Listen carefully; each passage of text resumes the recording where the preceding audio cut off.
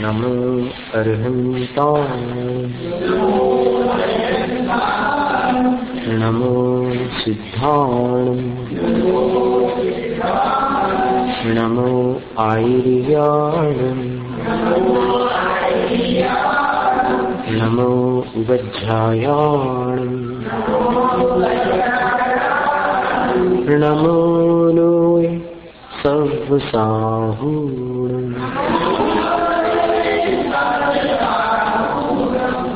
एषु पंच नमो यादो सर्वपावपणासनो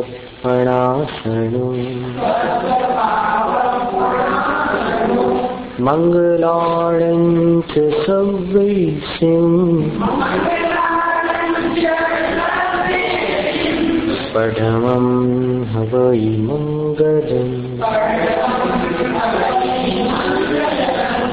चत्वारि मंगलम् अरहन्त मंगलम् सिद्ध मंगलम्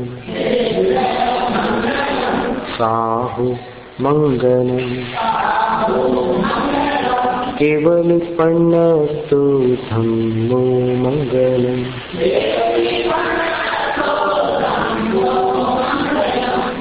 कारिलुगुत्तमा अरहन्त लुगुत्तमा सिद्धलुगुत्तमा साहुलुगुत्तमा केवल पन्नतो धम्मो लुगुत्तमा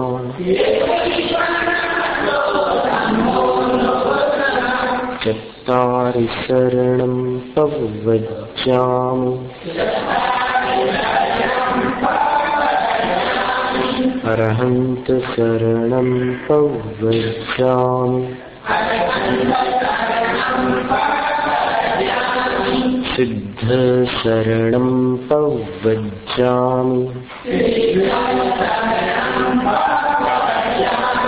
साहु शरणं पवज्जामि केवल पन्नतो धम्मो शरणं पवज्जामि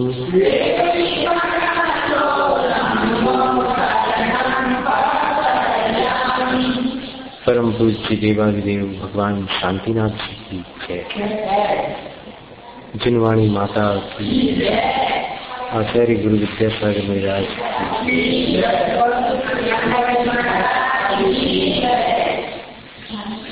पंच महागुरु भक्ति का शुरू करूंगा।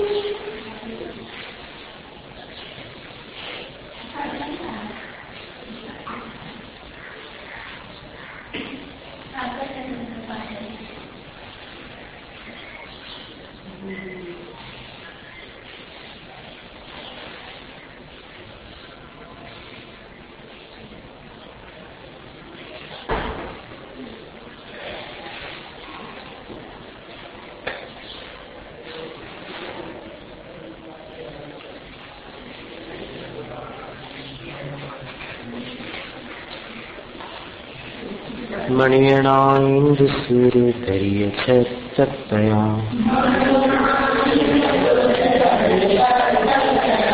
पंचकल्याण सुखावली पत्तया दर्शनन्नान ध्यानम् अनन्तं बलम् तेजिणादिन्तु अहं वरं मङ्गलम् देहि झाणगिबाणि ऐतद्वयम् जन्मजर मरणनय रक्तयन् दड्डयन् देहि पत्तं शिवं शासयन् थाणयन् ते महन्दिन्तु सिद्धावरन्नाणयम् पंचहाचार पंचदिसंसाहया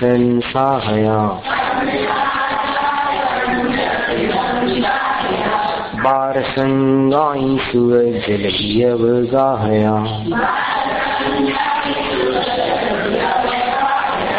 मोक्षलक्ष्मी महंती महंते सया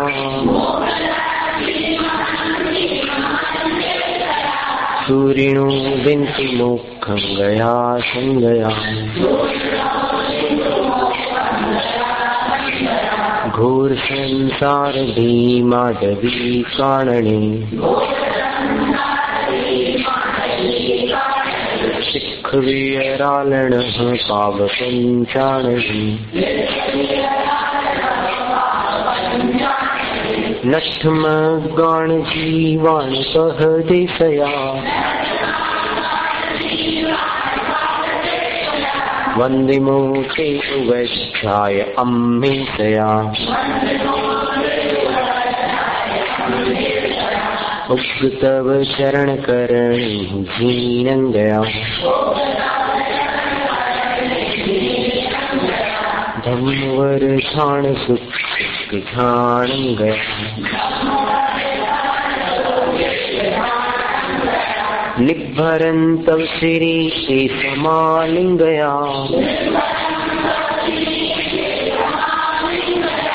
आहवो ते महं मुख पहमगया तीन थो तीन जो पंच गुरु वंदे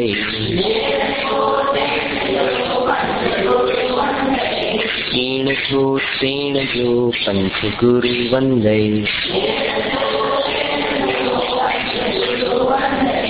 गुरु संसार धन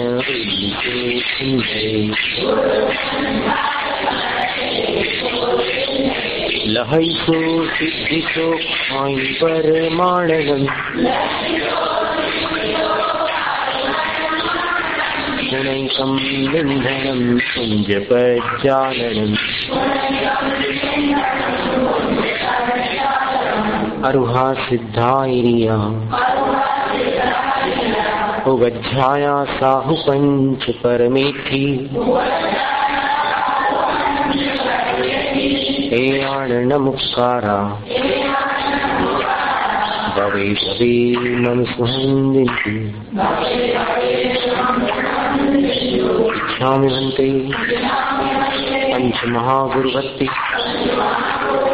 कौस्तभोकौ तत्सालोते अठमा पाडिहे संयुक्ताणम् अर्हन्ताणम् अष्टगुण संपन्नाणम् उद्लोयमत्रयम् पैठ्याणम् सिद्धाणम् अष्टपवेणमौ संयुक्ताणम् आयर्याणम् आयारादिशुद्धम् नाणोपदेशाणम् उपाध्यायाणम् तिर्यणगुण पालनयाणम् सव्वसाहूणम् मिच्छकालम् अच्छेमि पूजेमि वन्दामि नमिषामि सुखखौ सम्मखौ भोगिलाहो सुगैगमणम् समाहिमरणम् जीर्ण संपत्ति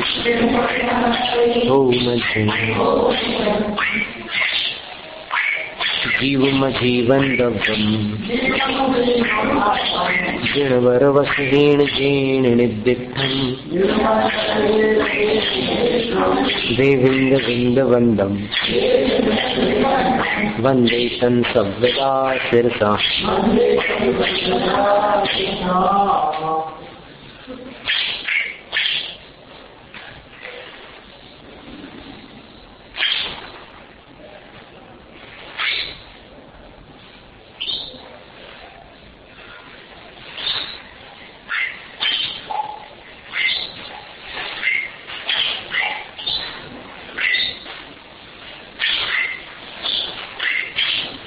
द्रव्य संग्रह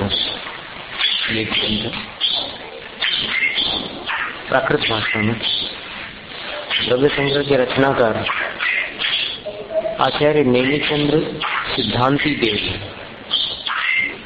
आचार्य नेमिचंद्र सिद्धांत चक्रवर्ती इनसे भिन्न है, जिन्होंने गोमतसार आदि ग्रंथों की रचना की, त्रिलोकसार, लब्धिसार, क्षपणासार। वे आचार्य नेमिचंद्र सिद्धांत चक्रवर्ती हुए और वे चामुंड राय से संबंधित रहे हैं। चामुंड राय उनको गुरु मानते थे और गोमटेश्वर बाहुबली जी की प्रतिष्ठा में उन्हीं द्वारा सूर्य मंत्र प्रदत्त किया गया था।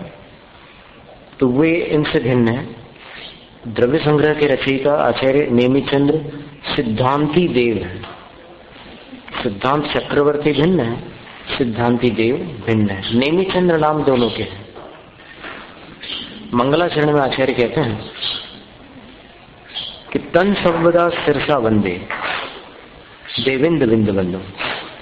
उन देवेंद्रों के समूह द्वारा वंद्य अर्थात वंदनीय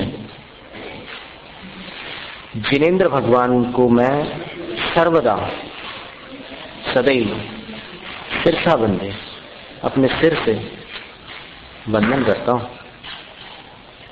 किन जिनेन्द्र भगवान को? तो जिन्होंने जिनवर बसे हैं, जिनवरों में श्रेष्ठ, जिन्होंने जीवम अजीवन दव्वम निर्दिष्टम, जीव और अजीव दोनों प्रकार के द्रव्य का निर्देश किया, निरूपण किया, उपदेश किया। अर्थात जिन जिनेन्द्र प्रभु ने जीव और अजीव द्रव्यों का उपदेश दिया, उनको मैं हमेशा नमस्कार करता हूँ, मस्तक से उनका वंदन करता हूँ। कैसे हैं वे जिनेन्द्र? तो देवेंद्रों के समूह द्वारा वंदनीय है। जीवो उवहो गमो अमुत्तिकत्ता सदेह परिमाणो भूता संसारत्व सिद्धोषु विश्वसो। जीव जीवती इति जीव, जो जीवित रहता है उसको जीव कहते हैं। एक पर्याय की अपेक्षा तो मर सकता है, लेकिन द्रव्य की अपेक्षा से जीव मरण रहते, सदैव जीवित रहता। वो चैतन्य स्वरूप ही है, अर्थात इसमें ज्ञान चेतना और दर्शन चेतना, दो प्रकार की चेतना हमेशा पाई जाती है। अमूर्ति, यह अमूर्तिक है, अर्थात इसमें स्पर्श रस गंध वर्ण का अभाव है। कर्ता, ये जीव करता है। कर्ता अर्थात रचयिता, निर्माता। तो ये अपने परिणामों का, अपनी पर्यायों का कर्ता होता है। सदैह परिमाणु, इसकी आकृति जिस शरीर को जीव ने धारण किया है उसके बराबर होती है। स्वदेह परिमाण, फिर भोक्ता भी होता है, अपने ही सुख दुख आदि का ये जीव भोक्ता होता है। संसार में भी स्थित होता है और सिद्ध भी होता है। यानी जीव दो प्रकार के होते हैं, संसारी और मुक्त। और सो विश्व सौद्योगी, और जो सिद्ध भगवान होते हैं वो स्वभाव से ऊर्ध्व गमन करने वाले होते हैं। यानी यहां से मुक्ति मिली तो अपने आप ऊपर की तरफ चले जाते हैं। अब जीव शब्द का विस्तार है। तिक्काले चरुपाणा इंद्रिय बल माऊ आण पाणुय व्यवहारा सुजीव निश्चय दुश्चेदना जस। व्यवहार की अपेक्षा और निश्चय की अपेक्षा जीव कौन है? आचार्य कहते हैं कि तीनों कालों में जो चार प्राणों को धारण करे तो व्यवहार से जीव है। चार प्राण कौन से? इंद्रिय प्राण, बल प्राण, आयु प्राण और श्वासोच्छ्वास। इन चार प्राणों को धारण करने वाला जीव होता है व्यवहार से। और निश्चय से जिस पदार्थ में चेतना पाई जाती है वो जीव होता है। फिर जीव उपयोगमय है, चैतन्य स्वरूपी है। तो उसका खुलासा कर रहे हैं। ओगो दुवियप्पो दंसण नाणं च दंसणं च दुधा चक्कु अचक्कु ही दंसन मद केवलं नेयम। उपयोग के दो भेद हैं, दर्शनोपयोग और ज्ञानोपयोग। दर्शनोपयोग के चार भेद हैं, चक्षुर दर्शन, अचक्षुर दर्शन, अवधि दर्शन और केवल दर्शन। नाण अठवीयत्वम, ज्ञानोपयोग के 8 विकल्प हैं, 8 भेद हैं। मधुसूद ओहि अणाणाणाणि मणपज्जय केवलमवि पच्चक परोक्ष भेयंच। ज्ञान 8 प्रकार के, मति ज्ञान, श्रुत ज्ञान, अवधि ज्ञान, कुमति, कुश्रुत और तदवधि, विभंगावधि। 6 हो गए। फिर मन पर्याय और केवल ज्ञान। फिर इन ज्ञानों के 2 विभाग हो जाते हैं, इनमें से मति और श्रुत परोक्ष और शेष प्रत्यक्ष। फिर प्रत्यक्ष में भी केवल ज्ञान सकल प्रत्यक्ष, अवधि मना परे ज्ञान विकल प्रत्यक्ष होते हैं। उपयोग ही जीव की पहचान है। उपयोग शब्द का अर्थ यहाँ पर चेतना का परिणमन है। यहाँ पर उपयोग का अर्थ जो व्यावहारिक जगत में उपयोग होता है वो नहीं। मैंने तुम्हारे पेन का उपयोग किया था, वहां पर उपयोग शब्द का अर्थ क्या हुआ? इस्तेमाल, यूज। लेकिन यहां पर उपयोग शब्द का अर्थ है चेतना। चेतना का परिणमन उपयोग है। आत्मन चैतन्यानुविधायी परिणामों उपयोग है। सर्वार्थ सिद्धि में उपयोग शब्द की परिभाषा दी है कि आत्मा का चेतना का अनुसरण करने वाला जो परिणाम है, भाव है, वो उपयोग है। यानी जानने रूप जो परिणाम है या देखने रूप जो आत्मा का परिणमन है, भाव, उसको उपयोग कहते हैं। अट्ठदुनानंदन सामान्यं जीव लक्षणं भणियं व्यवहारा शुद्धण्या शुद्धम पुण्यदंसनं नाणम। 8 ज्ञान और 4 दर्शन, ये सामान्य से जीव के लक्षण कहे गए हैं और व्यवहार नहीं की अपेक्षा से कहेगा। 8 ज्ञान कौन से? 5 सम्यक ज्ञान, 3 मिथ्या ज्ञान, हो गया 8। और 4 दर्शन है। दर्शन सम्यक या मिथ्या नहीं होते। देखने रूप जो दर्शन होते हैं वो सम्यक और मिथ्या नहीं होते। श्रद्धान रूप जो दर्शन है वो सम्यक और मिथ्या दर्शन दोनों प्रकार के हो सकते हैं और मिश्र भी होते हैं वो परिणाम श्रद्धा वाले। तो व्यवहार से ये 8 ज्ञान और 4 दर्शन अर्थात 12 प्रकार का उपयोग जीव का लक्षण है। और शुद्ध नय की अपेक्षा शुद्धम पुण्य दंसनम नाण, शुद्ध दर्शन और ज्ञान ही जीव का लक्षण है। अब यहाँ शुद्ध का तात्पर्य यह है कि जो पर निरपेक्ष दृष्टि से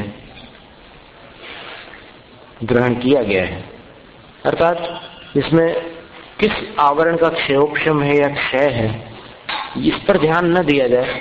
सिर्फ जानन जानन जानन जानन जो परिणति होती है आत्मा में, जानने जानने जानने रूप, देखने देखने देखने रूप, वो जो शुद्ध जानना और देखना है वो निश्चय से जीव की पहचान है, जीव का लक्षण है। अब चाहे मति ज्ञान देख लो, चाहे श्रुति ज्ञान देख लो, सब में जानन जानन जानन एक सा रहता है। प्रक्रिया भले अलग हो लेकिन जानने की क्रिया जो होती है ज्ञान है। जानने की क्रिया है इसलिए ज्ञान है। तो वो जो जानन क्रिया है, ज्ञप्तिक क्रिया जिसको कहा, वो सभी ज्ञानों में एक जैसी है। ये बात अलग है कि सापेक्ष वर्णन करें तो फिर कोई परोक्ष है, कोई प्रत्यक्ष है, कोई क्षयोक्षमिक है और कोई क्षायिक है। वर्ण रस पंचगंधा दो भाषा अर्थनिक्षया जीवे नो संति अमुक्ति तदो व्यवहारा मुक्ति बंधादो। वर्ण रस 5 वर्ण 5 रस, 2 गंध, 8 स्पर्श निश्चय से जीव के नहीं होते, अर्थात जीव में ये गुण नहीं होते, स्पर्श रस गंध वर्ण रूप। इसलिए वह अमूर्त है। लेकिन व्यवहार से, क्योंकि कर्म पुद्गलों का इसके साथ बंधन बंधा हुआ है, उस अपेक्षा से ये मूर्ख भी है। और मूर्त होने के कारण रूपिष्व अवधि, अवधि ज्ञान का विषय जो है रूपी पदार्थ है। तो संसारी जीव को अवधि ज्ञान कैसे जानता है? जीव तो अमूर्त है। पर जिस अमूर्त के साथ मूर्त बंधा हुआ हो, उसको भी उपचार से मूर्त की श्रेणी में रख करके अवधि ज्ञान का विषय स्वीकार किया जाता है। अर्थात अवधि ज्ञान मूर्तिक जीव को ग्रहण कर सकता है, संसारी जीव को जान सकता है। अमूर्त थोड़ी जानेगा, लेकिन संसारी को जान सकता है। और कई कथाओं में पढ़ा भी है, अपन सुना भी है कि अवधि ज्ञान से मुनिराज ने बता दिया कि हे धन्य कुमार, तुम उस जन्म में अकृत पुण्य थे और फिर ऐसे ऐसे कर्मों का फल तुम्हें भोगना पड़ा। ये कैसे जाना उन्होंने? क्योंकि वो संसारी थे धन्य कुमार। इसलिए संसार अवस्था में जीव का संबंध कर्म और शरीर के साथ होता है, तो उसको अवधि ज्ञान जान लेता है और बता सकता। फिर जीव करता है कत्ता व्यवहार निक्षेदो सीदन कम्माणादा शुद्धनया शुद्ध भावाणी। व्यवहार की अपेक्षा से जीव ज्ञानावरण दर्शनावरण आदि कर्मों को करने वाला होता है। अपने कर्मों को जीव ही तो करता है। और निश्चय से उन कर्मों की रचना कार्मण वर्गणा के परमाणुओं से होती है। जीव उन कर्मों के परमाणुओं की रचना नहीं करता। जीव केवल अपने भावों के माध्यम से उन कार्मण वर्गणाओं के कर्म रूप परिणमन में निमित्त होता है। वो परमाणुओं को बनाता नहीं है, क्योंकि जीव उद्गल का निर्माण कैसे कर सकता है? परमाणुओं की अपनी अपनी पर्याय प्रकट होती है, कार्मण वर्गणा रूप पर्याय होती है। फिर जीव के परिणामों के निमित्त से वो कार्मण वर्गणा कर्म रूप परिणमन कर जाती है, तो उसमें निमित्त होता है। पर चूंकि व्यवहार ने उस निमित्त को भी कर्ता स्वीकार कर लेता है। जैसे रोटी किसने बनाई? तो कोई नहीं कहता कि आटा ने बनाई, मेरी माँ ने बनाई। ये व्यवहार नय का कथन है। पर निश्चय क्या कहेगा? रोटी आटे ने बनाई। और जीव निश्चय से किसका करता है? चेतन कम्माणादा, अपने चेतन कर्मों का कर्ता जीव है। अर्थात चेतन कर्म किसको कहेंगे? कि राग द्वेष सुख दुख ये जो होते हैं, ये चेतन कर्म है। तो इन कर्मों का आत्मा करता है। वैसे समयसार ग्रंथ की टीका में इनको अचेतन भी नहीं कहा और चेतन भी नहीं कहा, चिदाभास कहा।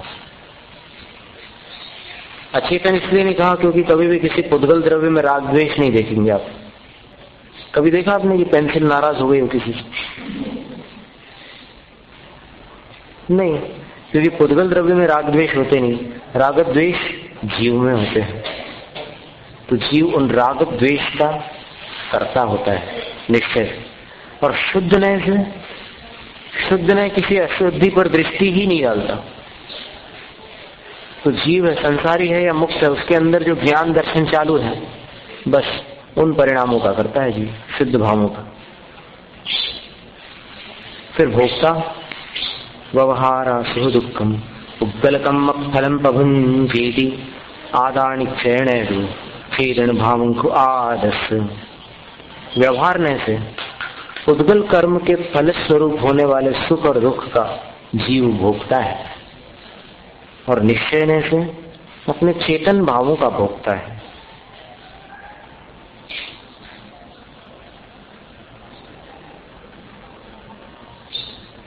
व्यवहार से ये कहेंगे कि जैसे किसी के पुण्य का उदय आ गया और उसको खूब धन संपदा और सुख सुविधाएं मिल गई, तो उन सब पदार्थों का भोक्ता जीव हो गया व्यवहार से। पर वास्तव में निश्चय से देखा जाए तो फिर किसी पदार्थ का भोग अपनी आत्मा नहीं करती, केवल उस पदार्थ को इंद्रियों का विषय बनाकर अपने ज्ञान में उस वस्तु की जानकारी आत्मा को होती है। वो वस्तु भी ज्ञान के अंदर प्रवेश नहीं करती। वस्तु अपने स्थान पर है, ज्ञान अपने स्थान पर है, पर ज्ञान में ऐसा एक निर्मल स्वभाव होता है कि ज्ञान किसी अन्य पदार्थों के गुणधर्मों को जान लेता है। तो किसी भी इंद्रिय सुख संबंधी कोई विषय को या कोई इष्ट पदार्थ को जीव ने अपनी इंद्रियों का विषय बनाया, तो उससे क्या हुआ कि वो पदार्थ आत्मा में समाविष्ट नहीं हुआ। लड्डू खाया किसी ने तो क्या लड्डू आत्मा में समा गया? नहीं, वो आत्मसात नहीं होती कोई भी वस्तु। अब लड्डू खाने वाले का लड्डू ऑपरेशन करके दूसरी अवस्था में बाहर निकल सकता है, क्योंकि वो लड्डू उसकी आत्मा में समाविष्ट नहीं हुआ है। तो फिर जीव किसका भोगता है? व्यवहार से तो कहा कि उसने लड्डू का भोग किया, खूब मस्त खाया, उसने आनंद उठा लिया, तो आनंद लड्डू से नहीं प्राप्त हुआ। लड्डू में जो मिठास है अथवा जो भी मगध आदि जो भी वस्तुओं का स्वाद है, इलायची वगैरह का, उस स्वाद का जीव को ज्ञान हुआ है। और ज्ञान होने के बाद राग के कारण उसने जो इष्ट बुद्धि की थी उन वस्तुओं के प्रति, उस इष्ट बुद्धि के कारण जो उसको हर्ष हुआ है, जीव उस हर्ष का और राग का भोक्ता होता है, पर वस्तु का भोक्ता नहीं। पर वो हर्ष और वो राग पर वस्तु के निमित्त से होता है। तो जिसके निमित्त से वो राग और हर्ष हो रहा है, उस वस्तु को भी उसमें समाविष्ट करके व्यवहार नहीं कहता है कि इसको भोगा है, इसको नहीं भोगा, इसके निमित्त से जो अंदर घटना हुई थी उसको भोगा है। समझ में आया? लड्डू को खाया तो लड्डू का क्या हुआ? क्या उसके परमाणु आत्मा में चेतन रूप बन करके बदल गए? पुद्गल द्रव्य मिट गया क्या? नहीं, वो लड्डू जो था वो पुद्गल द्रव्य है और अभी भी है, बस उसका स्थानांतरण, स्थानांतरण यानी हाथ से अंदर स्थान बदल गया और रूपांतरण हुआ है। जो पहले आकार था, जो रंग था और जो उसमें चिकनाई आदि जो भी गुणधर्म थे, वो अब बदल करके मुख में चर्वण के बाद और शरीर के भीतर के रसों के साथ मिश्रित होकर एक दूसरे रूप में अवस्थित हो गए। तो किसी भी पर वस्तु का भोग निश्चय से जीव नहीं करता। व्यवहार से तो चूंकि उस वस्तु के निमित्त से जीव के अंदर राग द्वेष हर्ष विषाद होते हैं, और उन राग द्वेष और हर्ष विषाद का तो जीव भोग करता ही है। तो चूंकि वो वस्तु निमित्त बन गई, इसलिए उस वस्तु का भोक्ता व्यवहार से कहा जाता है। निश्चय से जीव अपने ही हर्ष विषाद का भोक्ता होता है, अपने ही भावों को भोगता है। फिर वो ऑपरेशन वाली जो बात हमने की आपके सामने, उससे ये बात और खुल करके दृष्टांत रूप में समझ में आ जाती है कि वो चीज मेरे अंदर समा नहीं गई है, सिर्फ रूप बदल करके स्थानांतरित हुई है। मैं उसका भोक्ता नहीं हूं, उसके कारण होने वाले जो मेरे अंदर के भाव हैं, हर्ष विषाद, अगर लड्डू के अंदर कंकड़ निकल जाए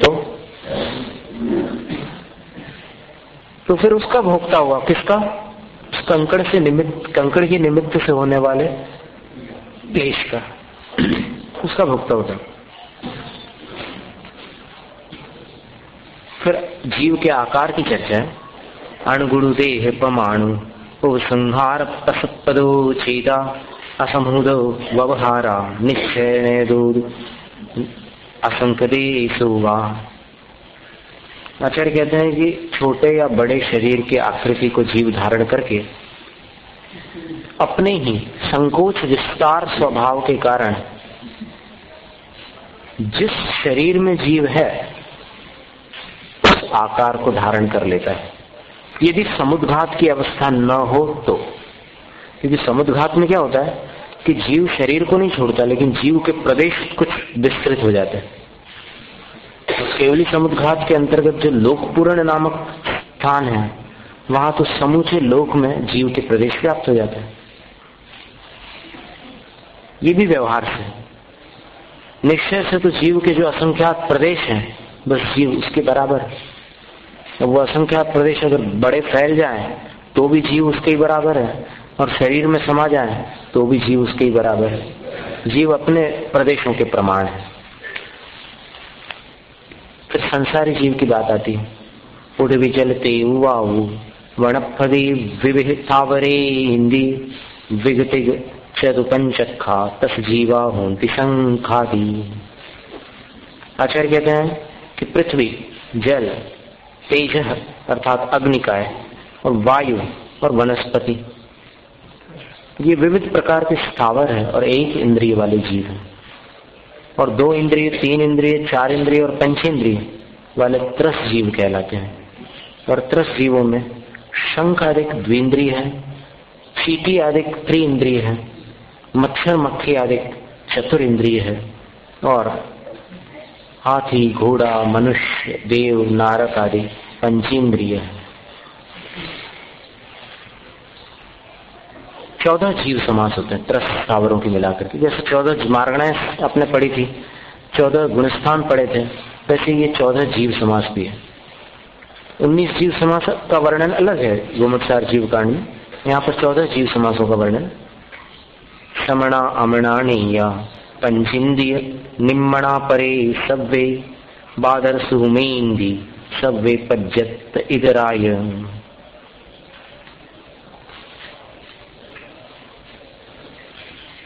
सैनी असैनी पंचेंद्रिय ये 2,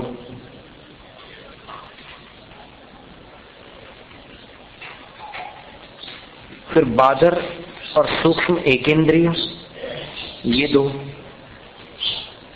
2 और 2 4 हो गए। फिर द्विंद्रिय, त्रिइंद्रिय, चतुरिंद्रिय ये 3, तो 8 और 3 नहीं, 4 और 3 7 हो गए। अब ये 7 अपर्याप्तक भी होते हैं और पर्याप्तक भी होते हैं। तो 7 पर्याप्तक और 7 अपर्याप्तक, 14 जीव समास हो गया। मग्गण गुण ठाणी ही 14 ही हवंतित अशुद्धनया विण्णीय संसारी सव्वे शुद्धा शुद्धनया। मार्गणा और गुणस्थानों की अपेक्षा 14 मार्गणा है, 14 गुणस्थान है, इनकी अपेक्षा अशुद्ध नया संसारी विण्णया, अशुद्ध नय की अपेक्षा संसारियों को जाना जा सकता है। अर्थात मार्गणा और गुणस्थानों की अपेक्षा 14 मार्गणा 14 गुणस्थानों की अपेक्षा जीवों का विस्तार अशुद्ध नय से जाना जाता है। और शुद्ध नय से सव्वे शुद्धा हु, सभी जीव शुद्ध ही हैं शुद्ध नय से, क्योंकि शुद्ध नय संयोग को अस्वीकार करता है, केवल एक को पकड़ता है। और एक को पकड़ो तो फिर कोई अशुद्धि का सवाल ही पैदा नहीं होता। जहां मिश्रण होता है वहां अशुद्धि होती है, जहां एक को ग्रहण किया जाता है वहां एक को ग्रहण करने में कोई अशुद्धि होती थी। जैसे फल है, इसका दृष्टांत हम इस प्रकार से देते आए, बहुत समय से दे रहे। फल है, फिर वृक्ष है, उसकी टहनियां हैं, सब्जियां हैं, सरोवर है, कुआं है। इन सब में वैज्ञानिक दृष्टि से जो जल है उसका क्या सूत्र है, क्या फॉर्मूला है? जल को क्या बोलेंगे वैज्ञानिक भाषा में? H2O। तो ये शुद्ध नय इसको कहते हैं। वो जल कहीं का भी हो, कहीं पर भी हो, पर जल बराबर H2O। उसी प्रकार जीव चाहे संसारी हो चाहे मोक्ष में हो, त्रस हो, स्थावर हो, एकेंद्रीय हो, कहीं भी कैसा भी क्यों न हो, जीव सो जीव, शुद्ध नय से सब शुद्ध है। पर अशुद्ध नय से तालाब का पानी अलग है, सागर का पानी अलग है, नदी का पानी अलग है, कांकरिया का अलग है, साबरमती का अलग है, बावड़ी का अलग है, और फिर यहाँ मंदिर के नीचे जो कुआं है वहां का अलग है, नल का अलग है। सब अलग अलग है पानी। फलों का पानी अलग है, नारियल का पानी अलग है, ओस में गिरने वाला पानी अलग है, बरसात का पानी अलग है, सब अलग अलग है। लेकिन निश्चय से देखा जाए तो पानी से पानी H2O। इसी प्रकार जीव कहीं भी किसी भी पर्याय में कैसी भी दशा में क्यों न हो, जीव सो जीव, शुद्ध नए से सब जीव एक समान है। नियम सार ग्रंथ में भी आचार्य कुंदकुंज स्वामी ने लिखा है, सव्वे सिद्ध समाना शुद्ध नया संसिद्धि जीवा। सभी संसारी जीव शुद्ध नए की अपेक्षा सिद्ध भगवान के समान है, क्योंकि शुद्ध नए ये पर्याय जनित अशुद्धि को और कर्म संयोग या नोकर्म संयोग से होने वाली भिन्नता को ग्रहण ही नहीं करता। वो केवल चेतन स्वरूप त्रिकाली ध्रुव उस आत्मा को, उस जीव को ही ग्रहण करता है। तो अब उसमें क्या फर्क निकालेंगे, सब सिद्ध समान ही मिलेंगे अब उस अपेक्षा से। पर ये सारे नए वस्तु को समझने के उपाय हैं। इसमें अपन राग द्वेष के कारण ये नए मुझे पसंद है और वो मुझे अच्छा नहीं लगता, इसलिए मैं तो यही पकड़ कर चलूंगा, ये आपका फैसला हो सकता है। लेकिन आत्म कल्याण का मार्ग एक नए को पकड़कर चलना नहीं है, दोनों नए के माध्यम से वस्तु का स्वरूप समझकर फिर अपना क्या कर्तव्य बनता है इस पर विचार करके कर्तव्य कर लेना, ये कल्याण का मार्ग है। अब निश्चय से आत्मा का स्वरूप बड़ा सुंदर लगता है, निश्चय से सभी आत्माएं परमात्मा स्वरूप है, पर वास्तव में परमात्मा कौन है? भगवान में और अपने में क्या अंतर है? भगवान निश्चय और व्यवहार दोनों से परमात्मा है, अपन निश्चय से परमात्मा है, व्यवहार से संसारी आत्मा है। इतना अंतर है दोनों में। उनका रूप और स्वरूप परमात्मा स्वरूप है, परमात्मा रूप है, अपना रूप संसारी रूप है, स्वरूप परमात्मा स्वरूप है। माने अंतरंग में वो शक्ति रूप में तो है सारी चीजें। वो देखो बट का जो बीज होता है उसमें कितनी शक्ति होती है। पंडित बनारसी दास जी ने लिखा है कि सारी धरती को व्याप्त करने की शक्ति होती है। एक बड़ के बीज में कितना छोटा होता है वो, खसखस के दाने के बराबर। देखा आपने खसखस का दाना? गर्मियों में खूब ठंडा पीते हैं, तो जो खसखस का दाना है वो कितना छोटा सा है, उतना छोटा सा ये बड़ का बीज होता है। लेकिन जब वो अंकुरित होकर के बड़े विशाल वृक्ष का रूप धारण करता है और वृक्ष में से जो एरियल रूट्स निकलते हैं, ऊपर से जो जटाएं निकलती है, वो अगर जमीन में चली जाए तो वहां एक नया वृक्ष बन जाता है। और फैलते फैलते जैसे कोलकाता में 1-1.5 किलोमीटर तक फैला हुआ वृक्ष, वट वृक्ष, अभी है या नहीं पता नहीं, लेकिन बहुत पहले वो बड़ा प्रसिद्ध चर्चित वृक्ष रहा है, होगा। और फिर एक और स्थान है, भोपाल से नेमावर जाते समय रास्ते में एक स्थान मिलता है, वहां पर भी एक विशाल वट का वृक्ष, पूरा संघ उसके नीचे सामायिक करने बैठा था, एक ही पेड़ था वो। और आचार्य श्री का संघ कितना बड़ा है आपको पता है, लेकिन वो इतना बड़ा वृक्ष था कि सारा संघ उस वृक्ष के नीचे सामायिक करने बैठा रहा। तो जिस प्रकार एक बट के बीज में इतनी शक्ति होती है कि सारी धरती को व्याप्त कर ले, बस उसी प्रकार सब जीवों के अंदर अपार शक्तियां भरी हुई हैं। बस वो शक्ति प्रकट न होने के कारण वो बीज इधर उधर संसार में इस मिट्टी में पड़े हुए हैं, 4 गतियों की मिट्टी में। आज अपन भी वैसे बीज के रूप में यहाँ पर चारों गतियों में, इस समय आप जैसे अभी आप लोग तो मनुष्य गति में हैं, और कुछ अभी बाहर जो आवाजें आ रही थी तिरंच गति के पक्षियों की थी, कभी नीचे से आती है पशुओं की, तो ये सब अलग अलग गतियों के जीव हैं, लेकिन बीज जो है वो वही बीज है।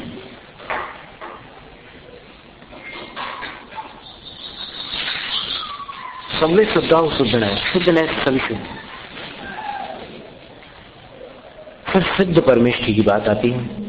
निकम 8 गुणा किंचूणा चरम देहदो सिद्धा लोय गठिदा निचा उत्पाद वही संयुक्ता। कर्म रहित जो आत्मा है, 8 गुण सहित जो आत्मा है, अंतिम शरीर से कुछ कम आकृति वाले जो जीव हैं, और लोक के अग्रभाग पर जो अवस्थित हो गए हैं, जो शाश्वत स्वरूप को प्राप्त हो गए हैं, वो सिद्ध परमेष्ठी है। लेकिन वो भी उत्पाद व्यय से संयुक्त है। उनमें भी कुछ परिणमन तो चालू रहता है, कुछ हानि वृद्धि होती रहती है। अजीवो पुण्यु उग्गल धम्मो अधमायासम कालो पुग्गल मुक्तो रूवादिगुणो अमुत्से साधु। अजीव के 5 भेद हैं। उसमें पुद्गल, धर्म, अधर्म, आकाश और काल, इन 5 द्रव्यों को अजीव माना गया है, क्योंकि इन 5 द्रव्यों में चेतना नहीं होती। ये अचेतन होते हैं, जानने देखने में असमर्थ होते हैं।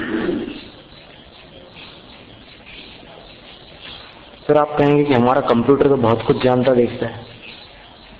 तो वो क्या है कि आदमी के दिमाग से उसको वैसा प्रोग्राम किया गया है, इसलिए वो सारे काम कर लेता है जैसा आपने उसमें फील करके रखा है। कंप्यूटर से आप अगर कोई ऐसा प्रश्न पूछो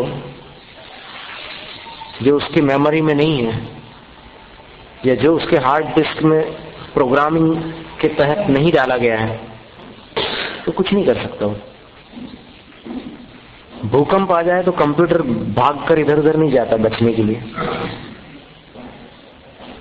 कंप्यूटर को डर नहीं लगता। कंप्यूटर नाराजगी बताता है कभी कभी, उसमें ऐसी प्रोग्रामिंग कर दो तो फिर वो नाराज भी होता है कभी कभी, लेकिन कंप्यूटर अचेतन है। तो पुद्गल, धर्म, अधर्म, आकाश और काल, ये 5 अजीब द्रव्य हैं। अब इन अजीब द्रव्यों में 4 तो अमूर्त है और 1 मूर्त है। अमूर्त का अर्थ स्पर्श रस गंध वर्ण से रहित, और मूर्त का अर्थ होता है स्पर्श रस गंध वर्ण वाला। तो पुद्गल द्रव्य मूर्त है, शेष अमूर्त। मूर्त को ही रूपी कहते हैं। क्या कहते हैं? रूपी। रूपिणः पुद्गलाः, तत्वार्थ सूत्र के उसमें सूत्र है 5वें अध्याय में। फिर पुद्गल द्रव्यों की अलग अलग पर्याय होती है। शब्दो बंदो सुमु तूलो संठान भेद तम छाया उज्जोदादव सहिया पुद्गल पज्जाया। शब्द यानी ध्वनि, ध्वनि पुद्गल द्रव्य की पर्याय है। बंध, बंध अवस्था जो होती है परमाणुओं में, वो भी पुद्गल की पर्याय है। सूक्ष्म, सूक्ष्मता, स्थूलता, संस्थान यानी आकृतियां, भेद यानी टुकड़े, तम यानी अंधकार, छाया यानी छांव या प्रतिबिंब, उद्योत यानी जो प्रकाश आंखों को पीड़ा नहीं पहुंचाता, आतप जो प्रकाश आंखों को पीड़ित करता है, ये सब पुद्गल द्रव्य की पर्याय हैं। धर्म द्रव्य क्या है? गई परिणयान धम्म पुद्गल जीवाण गमन सहयारी तो यंजमच्छाणी विसूणी। गति रूप परिणत यानी गमन करने वाले जीव और पुद्गल, 2 ही पदार्थ ऐसे हैं जो स्थानांतरित होते हैं। बाकी आकाश, काल, धर्म और अधर्म, ये शेष 4 द्रव्य हमेशा स्थिर रहते हैं, ये हिलते डुलते नहीं है। जीव और पुद्गल में ही हलचली होती है। तो इनकी हलचली में, इनकी गति में जो सहायक है वो धर्म द्रव्य है। जैसे मछली के लिए जल सहायक होता है, लेकिन जल जबरदस्ती मछली को तैराता नहीं है। मछली तैरे तो तैरने में सहायता पहुंचाता है। इसी प्रकार धर्म द्रव्य भी जीव और पुद्गल को जबरदस्ती गतिमान नहीं करता। जीव पुद्गल गतिमंत हो तो धर्म द्रव्य सहायक होता है। ठाण जुदान अधम उद्गल जीवान ठाण सहयारी छाया जह पहियान गच्छन्तानि विसूनि धरई। फिर जो स्थिर रहने वाले जीव और पुद्गल हैं, उनकी स्थिरता में सहायक अधर्म द्रव्य है। लेकिन चलने वालों को जबरदस्ती स्थिर नहीं करता अधर्म द्रव्य। जैसे जीव चलना चाहे तो फिर अधर्म द्रव्य उसको रोकेगा नहीं। जीव रुके तो फिर अधर्म द्रव्य उसके रुकने में सहायक होगा। जिस प्रकार वृक्ष की छांव अगर कोई विश्राम करना चाहता हो तो उसके लिए सहायक होती है, न करना चाहे तो जबरदस्ती उसको पकड़कर विश्राम नहीं कराती। अवगास दान जुगुं जीवादीनं व्याणायासं जीणं लोगागासं अल्लोगागासमिदुविहम्।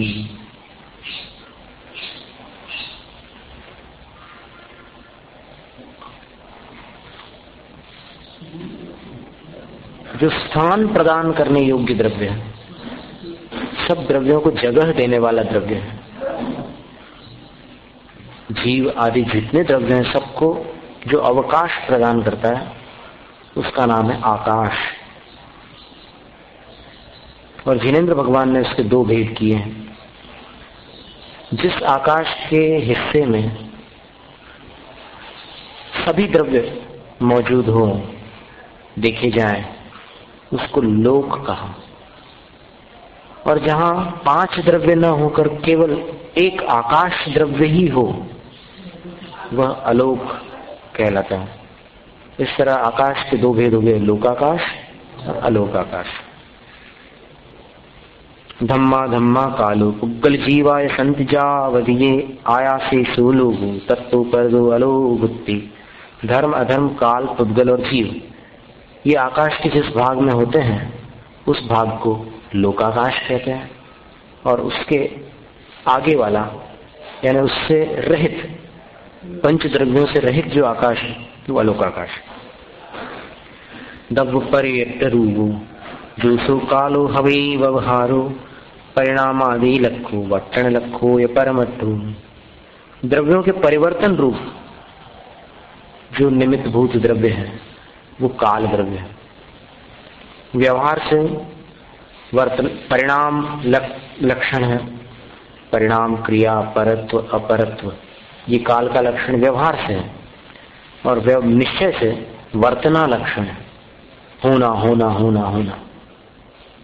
प्रत्येक द्रव्य प्रति समय होते हैं होते हैं होते हैं, ये काल का उपकार है। लोया सुपदेशी इक्के जेठिया हुई किक्का रैणाणन राशि में ते कालाणु असंख्य वाणी। लोकाकाश के प्रदेशों पर, एक एक प्रदेश पर ये काल द्रव्य जो कि अपने आप में असंख्यात है। लोकाकाश के जितने प्रदेश हैं उतने काल द्रव्य हैं। तो वे सारे काल द्रव्य रत्नों की राशि के समान। जिस प्रकार रत्नों को एक डब्बे में रख लो तो वो रत्न, एक रत्न में दूसरा रत्न प्रवेश नहीं करता, अलग अलग रहते हैं। उसी प्रकार सारे लोक में जो कालाणु हैं वो आकाश के एक एक प्रदेश पर अलग अलग रहते हैं। कोई कालाणु एक दूसरे के साथ जुड़ता नहीं है, एक दूसरे में प्रवेश नहीं करता, अमूर्त है लेकिन अलग अलग रहते हैं। एक प्रदेश का कालाणु एक स्वतंत्र द्रव्य है, उसके बाजू वाले प्रदेश का कालाणु दूसरा द्रव्य है, काल द्रव्य। ऐसे असंख्यात काल द्रव्य होते हैं। एवं चभ्येयमिदं जीवाजीव पभेदो दग्धम उत्तम काल विजितम नायक पंच अर्थिकायादु। इस प्रकार 6 प्रकार के द्रव्य हो गए। जीव, पुद्गल, धर्म, अधर्म, आकाश और काल, ये 6 द्रव्य हो गए। काल विजितम पंच अर्थिकाया, काल को छोड़कर जो 6 द्रव्यों में से 5 द्रव्य हैं वो अस्तिकाय कहलाते हैं। अस्ति यानी है और काय यानी अनेक प्रदेश वाले। कालाणु एक प्रदेश ही है क्योंकि आकाश के एक प्रदेश पर एक कालाणु होता है लोकाकाश में, लेकिन बाकी अनेक प्रदेश वाले होते हैं, इसलिए अस्तिकाय कहलाते। अब पुद्गल का एक परमाणु अगर हो तो उसको अस्तिकाय कहेंगे? नहीं कहेंगे। कैसे कहेंगे और कैसे नहीं कहेंगे, दोनों का जवाब हम चाहते हैं। जो कह रहे हैं कि नहीं कहेंगे वो बताओ कि क्यों, और जो कह रहे हैं कहेंगे वो बताओ क्यों। एक प्रदेशी हुआ कौन? अस्तिकाय। अस्तिकाय एक प्रदेशी नहीं होता, ठीक है। तो कौन? काल की बात ही नहीं चल रही, तो परमाणु की चर्चा कर रहे हैं। हमने प्रश्न ये पूछा है कि पुद्गल का एक परमाणु अस्तिकाय है या नहीं, किस अपेक्षा से? वो अपेक्षा हम जानना चाहते हैं।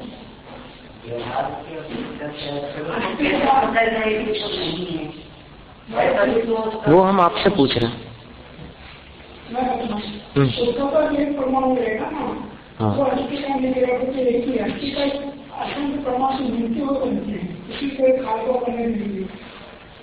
इसका उत्तर ये है कि उद्गल परमाणु में अन्य परमाणु से बंध कर स्कंद पर्याय धारण करने की क्षमता होती है, इसलिए क्षमता की अपेक्षा से वो अस्थिकाय है। ठीक है ना?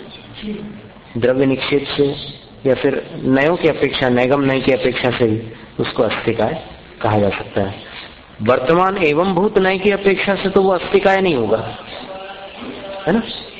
क्योंकि परिणति जो है उसकी वो एक परमाणु रूप हो रही है, लेकिन उसके अंदर क्षमता तो है। स्निग्ध रूप गुण होते हैं ना परमाणु में, स्निग्ध रूपत्वाद बंद होता है उससे, और बंद होने के बाद क्या होता है, वो एक प्रदेशी नहीं रहता। ठीक है ना? असंख्य का नियम नहीं है, संख्यात, असंख्यात और अनंत ये सब अस्थिकाय होते हैं। संख्यात प्रदेश अगर होंगे तो भी अस्थिकाय कहलाएगा, एक प्रदेश हो तो अस्थिकाय नहीं होगा एवं भूत नय से परमाणु, लेकिन शक्ति रूप से उसके पास अनेक प्रदेशी होने की क्षमता है, इसलिए अस्थिकाय है। काय यानी अनेक प्रदेश, चीयते इति काया, जिसमें प्रदेशों का संचय हो, अनेक प्रदेश हैं, वो काय है। आज बिल्कुल सैद्धांतिक भाषा में वर्णन चल रहा है, टेक्निकल भाषा में। अच्छा, लेकिन मन लगा के सुनो, बहुत कर्म कट जाते, बहुत सारे पाप नष्ट हो जाते, पुण्य का संचय भी भारी होता है। पर अभी हम उस सिद्धांत की बात नहीं कर रहे हैं, कर्म सिद्धांत, जीव सिद्धांत, अभी तो सामान्य वर्णन में। सिद्धांत में जो गुणस्थान मारणास्थान की सूक्ष्मता है उसका स्वाध्याय वर्जित होता है अष्टमी चतुर्दशी।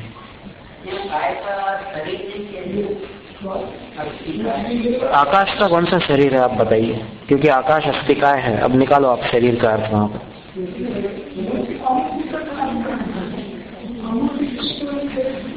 शरीर, देखो शरीर शब्द जो है ना, उद्गल द्रव्य से रचना को प्राप्त होने वाला शरीर अलग है।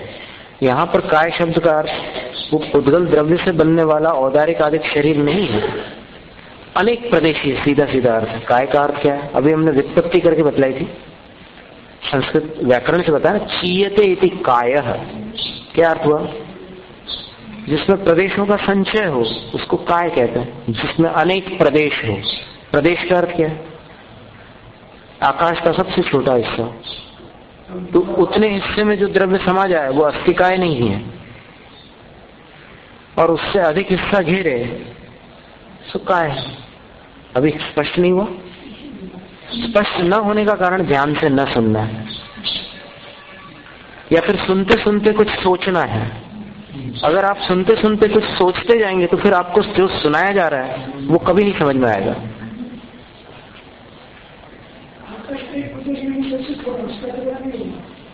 प्रदेश का अर्थ क्या है, सबसे छोटा भाग, उसका अन्य हिस्सा ना हो सके। सबसे छोटे स्थान को प्रदेश कहते हैं, और उस स्थान से अधिक स्थान घेरने वाले द्रव्य को अस्थिकाय कहते हैं। स्पष्ट हो गया? एकदम सीधा सरल गणित है उसका।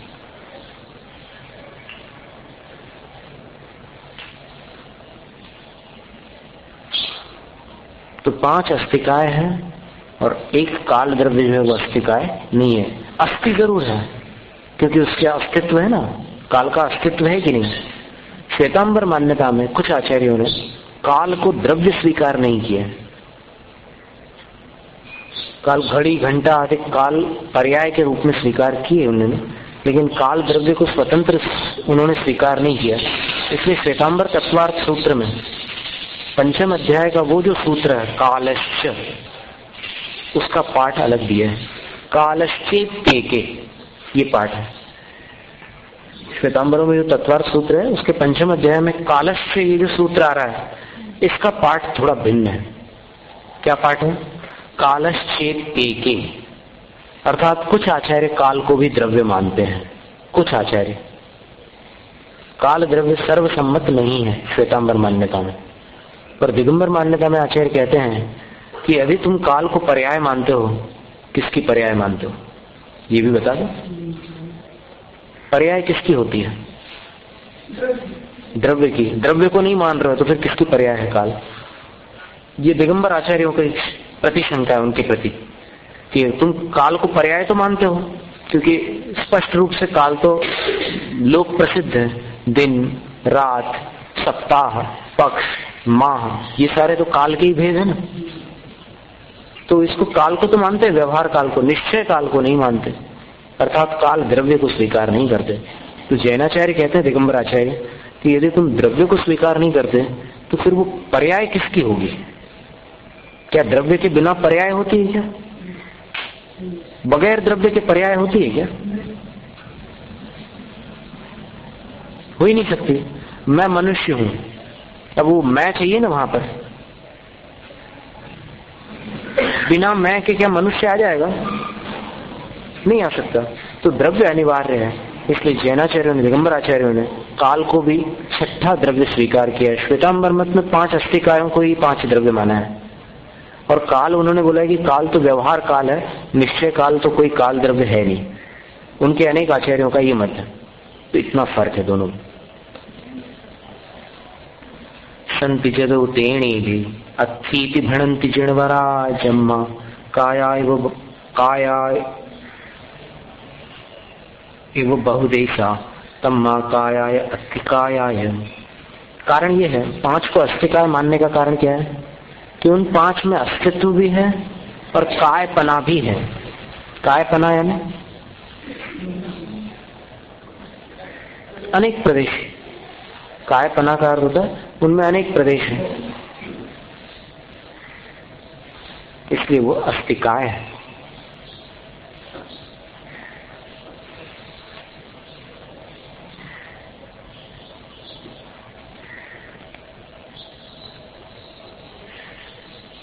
जैसे बीच बीच में घड़ी पर ध्यान जाता है लोगों, अगर कोई कथा चलती तो फिर नहीं जाता है। एक बार एक बहुत बड़े कवि से, गीतकार से किसी इंटरव्यू लेने वाले ने, साक्षात्कार करने वाले ने प्रश्न पूछा कि आप कितने समय तक कविता लिखते हो? तब उन्होंने जो जवाब दिया वो भक्तों के लिए विशेष सुनने योग्य है। अद्भुत जवाब था उनका। उन्होंने उत्तर दिया कि कविता मेरी साधना और आराधना है, और आराधना को मैं कभी समय में बांध करके नहीं कर सकता। इसलिए कभी भी दान और पूजा और कोई भी धार्मिक कार्य, स्वाध्याय, ध्यान वगैरह, इसको समय की सीमा में जकड़ कर चलने से वो विशुद्धि प्रकट नहीं हो सकती। देखो, एक बार एक विद्यार्थी ने हमसे पूछा था कि महाराज इसकी सामायिक में क्या करते हैं? हमने बताया कि सामायिक में क्या करते हैं। फिर उन्होंने पूछा कि कितनी देर करते हैं? हमें आश्चर्य हो रहा था कि छोटा सा बच्चा है और क्या दिमाग चल रहा है उसका, ऐसी ऐसी शंकाएं पूछ रहा है। कितनी देर तक करते हैं? हमने बोला कि 48 मिनट। तो फिर बोले आपको टाइम का कैसे पता चलता है? समझ में आई शंका उसकी? कितनी गहरी शंका है उसकी। क्योंकि घड़ी देखकर अगर सामायिक करते तो सामायिक नहीं करते, तो घड़ी देखते हैं, और सामायिक करते तो टाइम कैसे पता चले 48 मिनट? तो हमने उसको उत्तर दिया कि इसकी प्रैक्टिस पहले कर लेते हैं कि कितने टाइम में हम कितना धर्म ध्यान कर लेते हैं, इसको पहले देख लेते हैं, फिर उतना हो जाने के बाद अपने आप पता चलता है कि इतना टाइम हो चुका है। तो धर्म की आराधना में जब कोई ऐसा विषय मिल रहा है तो ठीक है, आप निश्चिंत रहो। वैसे हम आपसे नहीं कहना चाहते, आपको बुरा लग सकता है कि महाराज हमें टोक रहे हैं कि हम घड़ी देख रहे थे, कोई ऐसी बात नहीं। लेकिन ये एक जानने योग्य बात है कि आराधना में वक्त की सीमा नहीं होती। आराधना तो स्वप्न में भी होती है, जागरण में भी होती है, सो चलते समय, बैठते समय, उठते समय, कभी भी कौन रोकता है आपको पंच परमेष्ठी को स्मरण करने में? उनको नमस्कार करने से कौन रोक सकता है? जय धवल ग्रंथ की पहली पुस्तक में लिखा है कि चलते समय, उठते समय, बैठते समय, खाते समय, पीते समय, सोते समय, हर समय अरहंत भगवान को आप भाव से नमस्कार कर सकते हैं, कोई प्रतिबंध नहीं है। अरहंत भगवान को आप हमेशा नमस्कार कर सकते हैं।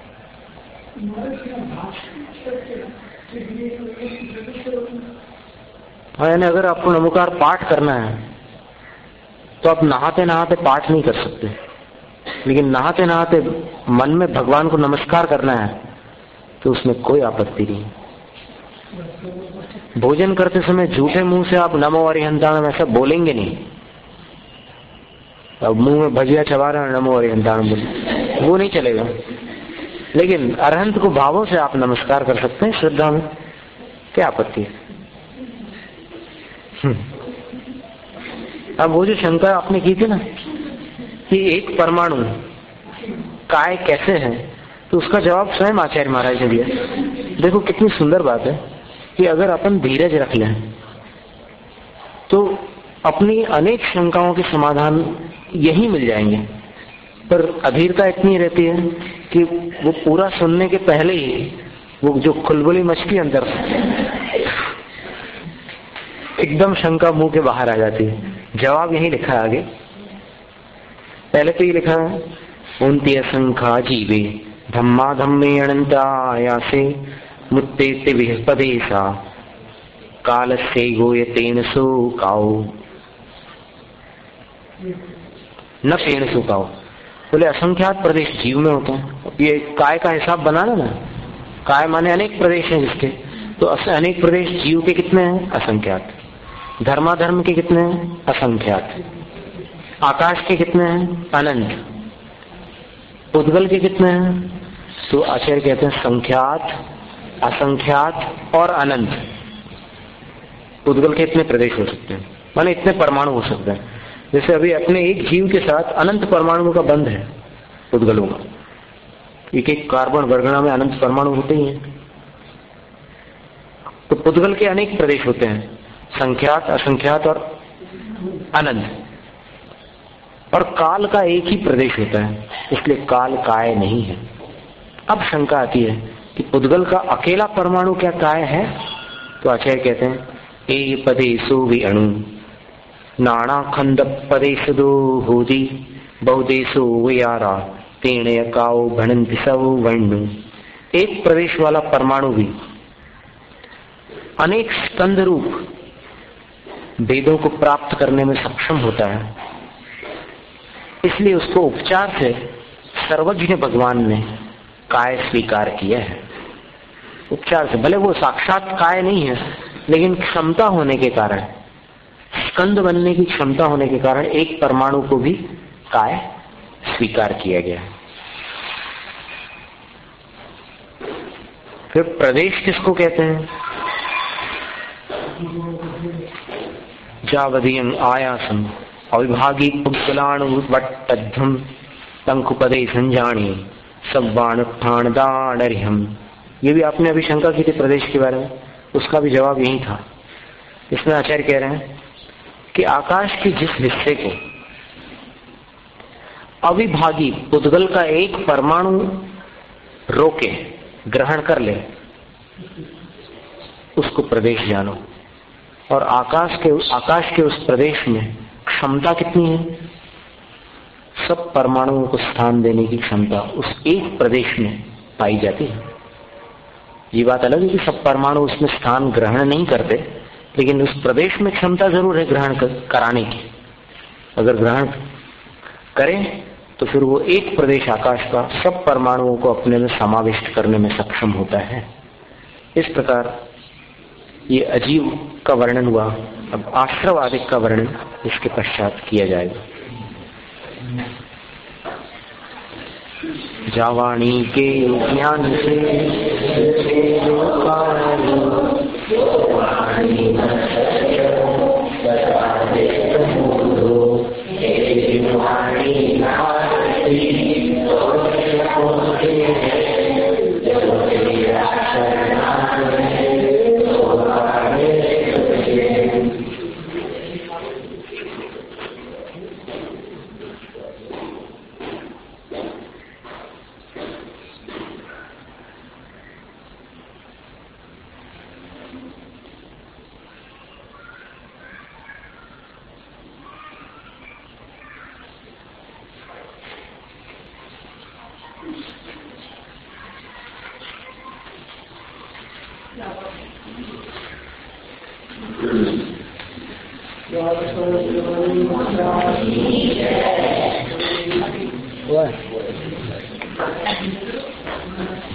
क्या